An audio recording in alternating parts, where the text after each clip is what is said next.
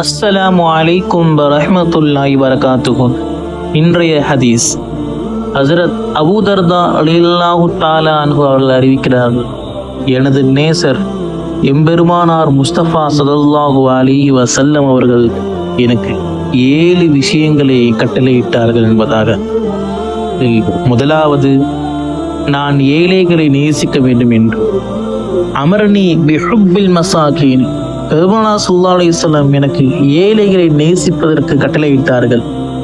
ஏழைகளுடன் நெருக்கமாக இருக்க வேண்டும் என்றும் எனக்கு கட்டளையிட்டார்கள். இரண்டாவது விஷயம், வசதி வாய்ப்பில் என்னை விட தாழ்ந்தவர்களை நான் கவனிக்க வேண்டும் என்று எனக்கு கட்டளையிட்டார்கள். வல அன்லுரையிலா மன் ஹுவ ஃபௌகி, எனக்கு மேலே உள்ளவர்களை நான் பார்க்கக்கூடாது என்று கட்டளையிட்டார்கள். மூன்றாவது விஷயம், நான் உறவு முறைகளுடன் சேர்ந்து இருக்க வேண்டும் என்று கட்டளையிட்டார்கள். அவர்கள் என்னை புறக்கணித்தாலும் சரி, அமர்னி அன் அஸ்னர் ரஹ்மி, அவர்களுடன் நான் சேர்ந்து இருப்பதற்கு எனக்கு பெருமானார் ஸல்லல்லாஹு அலைஹி வஸல்லம் கட்டளையிட்டிருக்கிறார்கள். நான்காவது விஷயம், அல்லா அஸ்அல அஹதன் ஷைஅன், நான் யாரிடமும் எதையும் கேட்கக்கூடாது என்பதாக எனக்கு கட்டளையிட்டிருக்கிறார்கள்.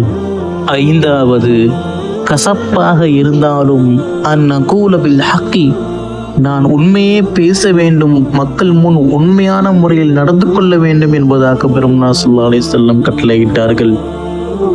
ஆறாவது, அல்லா அஹாஃப ஃபில்லாஹி, அல்லாஹ்வுடைய மார்க்கம் மற்றும் அல்லாஹ்வுடைய கட்டளைகளை பரப்புவதில் எவரது பழிப்பையும் கண்டு பயப்படக்கூடாது என்பதாக பெருமானார் ஸல்லல்லாஹு அலைஹி வஸல்லம் எனக்கு கட்டளையிட்டார்கள். ஏழாவது விஷயம், லா ஹவுல வலா குவத்த இல்லா பில்லாஹ் என்ற இந்த கலிமாவை அதிகமாக ஓதுமாறு பெருமானார் ஸல்லல்லாஹு அலைஹி வஸல்லம் கட்டளையிட்டார்கள். ஏனென்றால் ஃபஇன்னஹுன்ன மின் கன்ஸின் தஹ்தல் அர்ஷி, அல்லாஹ்வுடைய அர்ஷுக்கு கீழுள்ள புதையல்களில் உள்ளவை இந்த கலிமா என்பதாக என்னிடம் கூறியிருக்கிறார்கள். அல்லாஹ்வின் நல்லடியார்களே, ஹஸரத் அபூ தர்தா ரலியல்லாஹு பெருமானார் ஸல்லல்லாஹு அலைஹி வஸல்லம் கூறிய இந்த 7 கட்டளைகளை நம் வாழ்வில் எடுத்து நடந்தால் நம்முடைய வாழ்வு சிறப்பானதாக இருக்கும் என்பது எந்த ஒரு சந்தேகம் இல்லை. இந்த ஹதீஸ் அஹ்மதில் பதிவு செய்யப்படுகிறது.